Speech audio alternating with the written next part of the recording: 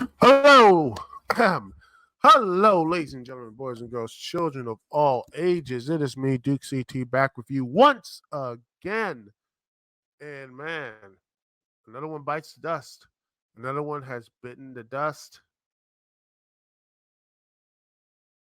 And I'm not really surprised by this because even though the promotion was good, everything else. In fact, let me just see something right here. By the way, hope you're enjoying the night, ladies and gentlemen. Dukect Lounge live as well. If you want to join in, the chat room's unlocked, and you can want to come in and talk to right and all that good stuff. Get in, connect to me, Duke CT. The phone number, as always, is. Let me just get the stuff here right now. Make sure everything got this whole straightened out and everything because I want to make sure I get it right. Because Lord knows if you don't get it right, you might get it wrong, and no one wants to get things wrong. Nobody likes getting things wrong. Anyway, the phone number is 605-562-0444. Once again, the number is 605-562-0444. And to connect to me, Duke CT, is 92417. Once again, the number to connect to me, Duke CT, is 92417.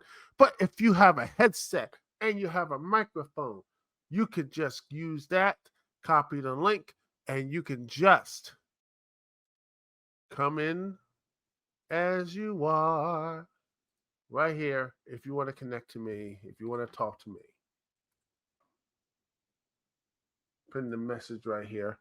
If you want to, right there, link right there to talk to me, Duke CT. Because I think this is going to be something people want to talk about. They want to, well, that's what we're going to talk about right here. Because this, ladies and gentlemen, this keeps happening. And Star Wars and all this stuff here. Well, let's get into it because you see the thing here. The Acolyte has been, well, canceled. It has been canceled. No season two for this, and it came out yet a couple days ago. The story of the Acolyte will not continue. Lucasfilm opting not to proceed with the second season of the Star Wars offshoot is basically, the sources tell deadline. The word decision comes more than a month after the 8-episode first season of the series creator, director, executive producer, showrunner Leslie Heinlein wrapped this run on Disney Plus. Then, Star Wars did. The problem is the show did okay with critics, 70% on Rotten Tomatoes, but divided Star Wars fans, which is, reflecting its overall viewership. Driven by interest in a variable space franchise, it got a strong start. It generated 4.8 million views in its first day on the streamer to rank its biggest series premiere on Disney Plus this year. It tally rose to 11.1 million views globally after 5 days of streaming. Uh, According to this, the data with the Nielsen's top 10 originals charts and such. But Acolyte could not sustain momentum, dropping out of the top 10 by week 3 and staying off before returning at number 10 after the release of the finale, believed to be the lowest for a Star Wars series finale. Ouch. Like fellow global streamers, Netflix and Prime Video, Disney Plus has a high viewership threshold for renewing high and big budget series that cost well above $100 million per season to make. Yeah. That is the problem here. It costs way too much money. And right here with the IMDb stuff here.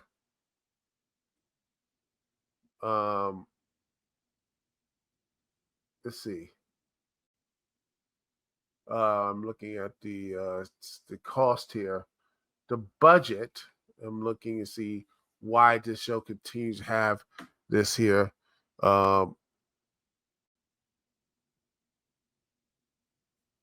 Let's see.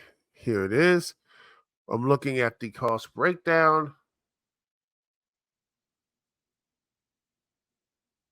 Right here, according to this Forbes article, here's the problem. The problem is this right here. It costs $180 million for 8 30-minute episodes.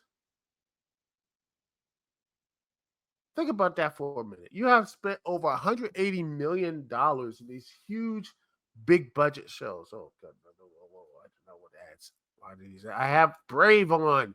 Why is this stuff happening? But yeah, it is and here's the problem. Doesn't but Nielsen says Premiere was half the views of Ahsoka, 75% lower than The Mandalorian, and it's the second least watched show behind the Book of Boba Fett and Obi-Wan. Ouch. Yeah. Ooh, another problem there. I mean, I like Andor, but here's the problem. It costs $250 million budget. These shows are basically long form miniseries. This is a problem for most of these shows and Disney shows, in my personal opinion. In fact, most of the Marvel, DC, I mean, the only time, let me just see something. Let's see. I want to look how much money it cost to make Doom Patrol, the DC show. How much did it cost? I want to know what the budget. Okay, looking at this, I'm seeing here. Ooh, let's see. According to the Brave AI and such, it could be wrong. And but I'm gonna try to look at this. Probably looking at this at Bing, but I think that's the point. You look at all these other shows, ladies and gentlemen, and it is the problem is these budgets. You look at all these budgets and seeing over 800 million, all the other stuff. You know, all right. Where is it? I'm looking to see the budget. I'm trying to find it. What the budget of the show is. Um, I can't seem to get it. I'm trying to find a budget. And supposedly, it looks like all I can find is Reddit post and everything else. And I'm like, I'm trying to find what the budget was. The only thing, let me just look at this. According to according to this, it's supposedly the budget was 20 million, starting at a cost at $20 million. The old DC, Doom Patrol, which was a banger, by the way. If you haven't watched it, you should. The prior episode cost $20 million. Additionally, the budget for the remaining episodes is going to be $65 million. However, it's noted that this might be an active number, could be accounting practices, all of that. So this is, I mean, it is a low rent show. It didn't cost much to make it. They have big episodes, but there was a lot less. Meanwhile, here it cost. Let me say again, this costs over 180 million. And that's a problem. You see, again, cost. It costs too much damn money to basically make these shows. And I want to see, and honestly, these are miniseries at the end of the day. They're not real TV shows. They don't have, you know, these long, it feels just these high budget miniseries that not episodic. They're just like, you have to watch every single episode. There's no time for filler. There's no time to breaks. It's just, nothing really hits. And it's funny because I look at some of the other shows that how people still watch. You know, the old most of the kids watch. They watch old school TV shows. They watch you know, they watch uh, you know, like Martin or Livingston comedies, but probably a lot cheaper. But and they said they're like, hey, it's great fun. But also shows like I think you know, not just Friends and all that stuff, but like long term stuff like Law and Order. They watch like Suits. They watch like Justified and all these other shows. These things that people seem to watch or whatever. They watch that because it feels like it's long form or whatever, but it feels that there's like breathers. You can't just like, okay, let's sit back and relax and watch it. That stuff here. I mean, you look at and they're cheap to produce at the end of the day. Now they're just putting all their like front loaded stuff. And this has been a problem for a very long time. It has been a problem for these shows to do these things. It has been a problem for these shows, and this is why, ladies and gentlemen, the Acolyte is in this situation. This is the reason why no one watching these shows is because they put too much money in them. for 8, 9 episodes, and you're like, wow,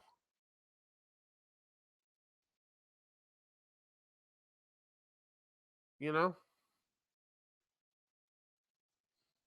that's the real issue, ladies and gentlemen, and all these other people. It's the reason why they put too much money into these shows, and now, guess what happens? Guess what happens? You know, high cost, and and they know not enough returns. This is the problem. This high cost, and the returns will not be enough.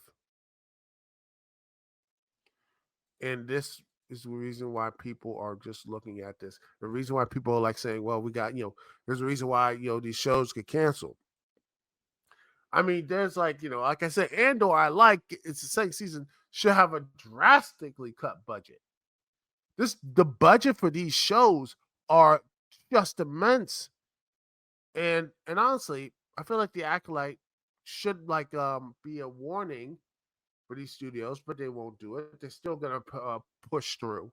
They are still going to push through to these idiotic shows, this idiotic motion of putting all this money in. In fact, let me just see something right here. Let's see. I want to see how much Creature Commandos. You know, I want to see how much the show budget going to be because it's animated. You know, it is an animated show, so yeah, I don't know. Probably since animation's not cheap, so here's hoping that it's not gonna be under. I hope it's under like 60 mil, but at this one I wouldn't be surprised. So I'm a little bit worried about that because at the end of the day, you're going to have to cut this stuff up because are people going to watch in these like eventual because remember binging. They used to binge. People that still does happen. Being the first, like the Fallout series, you put all that money in there and it binges the entire show. You just can't. You watch it an entire weekend and it just blurs in. It's like you miss stuff. You know, I know it's like, oh, you can watch it at any time. You can watch it. And no, people are just gonna binge it and just go out like a weekend, binge it over the weekend. Binge the entire show over a weekend and be like, we're done. I'm not gonna, some might take, oh, I might do it like a week or whatever, but most people are going to binge. And I think the smart thing that DC, I don't know, the Max and I think Disney's doing that as well with the Acolyte and all these other shows is they're actually giving you know, a week a break, which they should be doing more because once you start putting the binge thing out there, it just goes to like, oh, it's great, and it just fades away.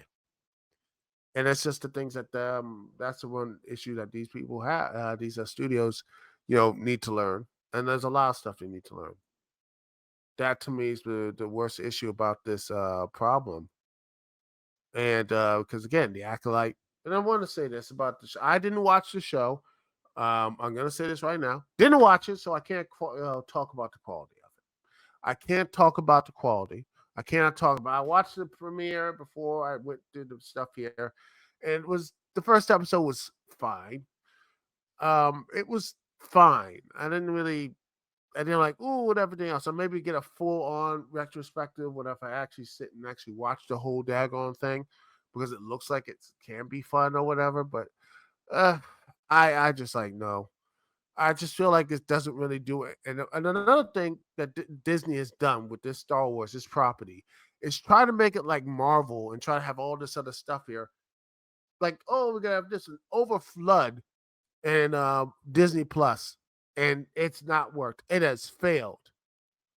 Like I said, even the stuff I did like, I like Andor, and I watched some of the stuff, Clone Wars and the Bad Batch. I watched some of that, good stuff. But the problem, it's all over Disney Plus. They've already diluted the stuff on Disney Plus. Same thing did with Pixar, and they realized, oh, I could put this in the movies. People will go see it. Huzzah! But I don't think they could do it with Star Wars because it just seems like the way it ended, it felt like eh. And another thing, which I keep saying about Star Wars, is that they're stuck. Look at the people, the recent stuff here. Giant Survivor is stuck with the Empire. Same thing with Star Wars Outlaws, Empire, and the Mandalorian after the Empire. There is nothing with the Ray trilogy. There is nothing there. Oh, what about Star Wars Battlefront? Yeah, the one that basically everyone hates, and they just dropped after all the other drama around it. That's great, guys. Good job. Good job, buddies. We did it. But yeah, this is a problem, ladies and gentlemen. This is a problem, and I don't think you can actually fix these problems by overflooding the zone with this content. And it doesn't matter, you know, what type of quality the content is, if it's just overflooded and trying to build up a streaming service that at the end of the day is just become a anchor to Disney. I'm like, oh, they're finally getting a little bit of profitability. I'm like, at this late date, I wouldn't be surprised in like two, maybe like in 5 or 10 years, Disney Plus will not exist because they'll look at it and say streaming was a huge mistake. And they're probably just like, we need to just dump this because it's been a huge money loser. I wouldn't be surprised by that. I know some are saying, oh, they finally got some ads and doing all this stuff. Man, it's going to be cable 2.0.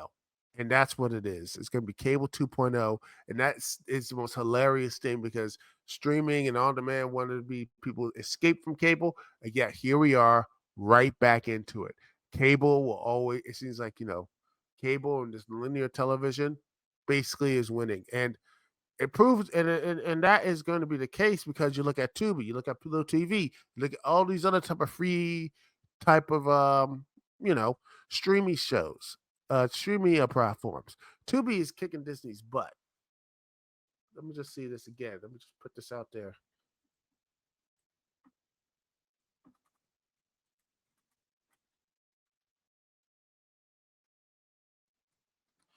because I'm just gonna just remind y'all. I'm gonna show you this little stuff here. Right here. hmm Where is it?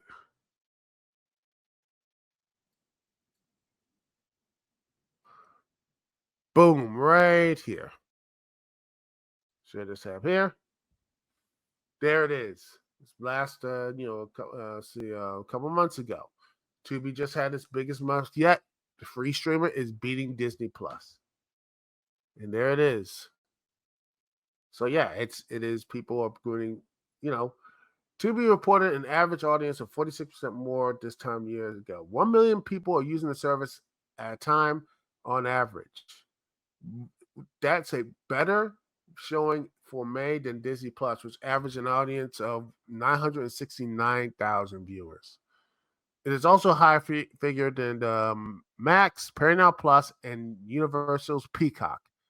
The only ad supporting platform to report higher viewers is YouTube. So yeah, it is basically um they're basically everyone's raising their ad stuff here. They everyone is raising the ads and cutting off shows money and such. Which let me just see one more. And, to talk about that, you have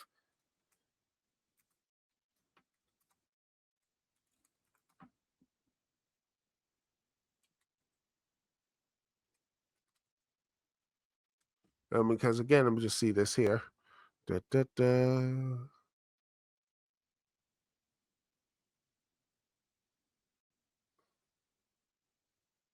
Right here, a month ago. Let me just put this up here. I have it right here. Share this thing here, right here. Last month, Apple is cutting costs in the series and films. So yeah, it's overpaying. You see, even the only $3 trillion company, Apple TV is like they're feeling the pinch. They're doing a lot more than pushing their profitability. So yeah, a lot of it is because again, they haven't come cheap. A lot of these shows, they're just courting the likes of, like I said, the big stuff. Brad Pitt, Scorsese, Ridley Scott.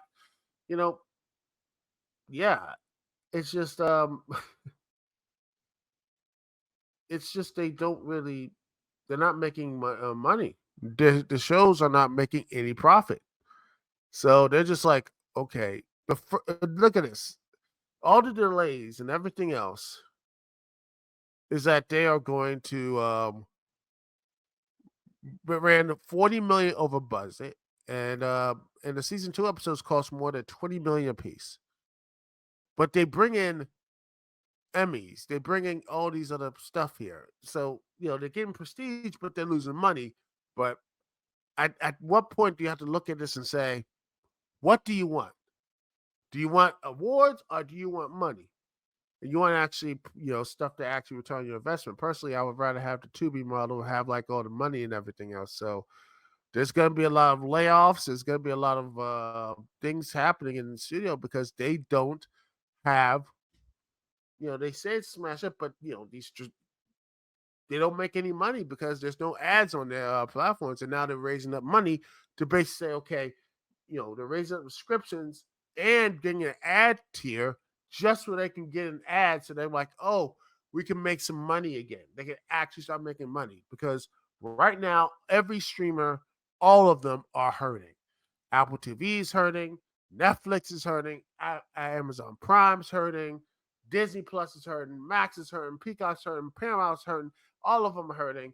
I honestly think we're going to see more of these shows leave, and not the show, but these streaming services be packed up and rolled into, and shows like The Acolyte will not be made in such.